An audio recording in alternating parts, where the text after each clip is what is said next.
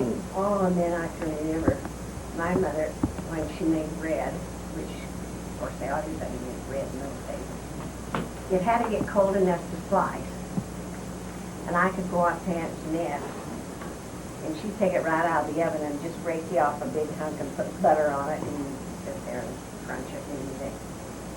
So I always loved Aunt Jeanette. And you'd go up there, and in those days, kids didn't have a lot of things to play with or that when they used to. And I think now, it sounds awful dumb to kids now, play hide and seek. And she did an awful lot.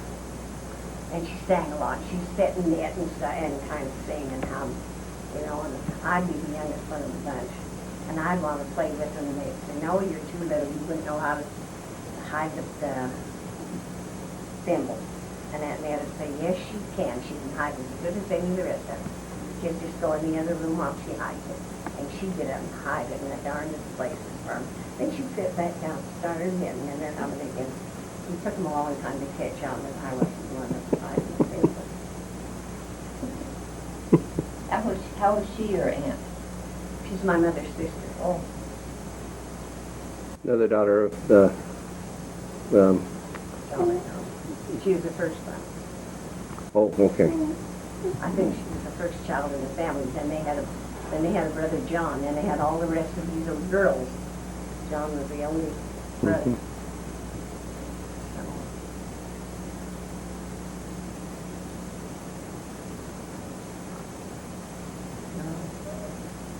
Mom and Aunt Ned, they didn't get along very good.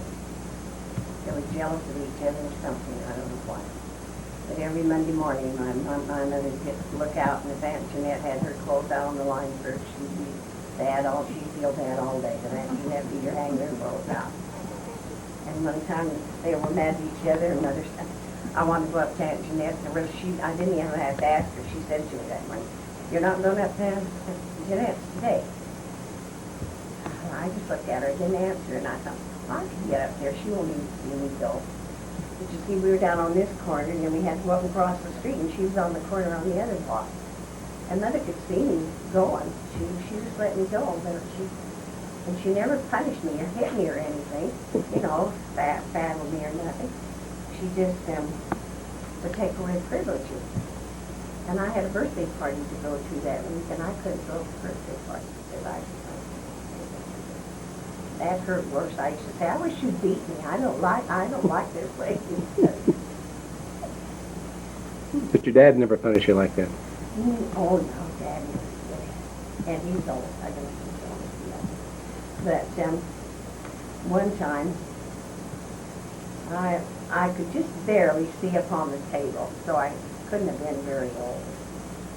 And Dad and Mother had a wedding anniversary, and he brought her home these dishes.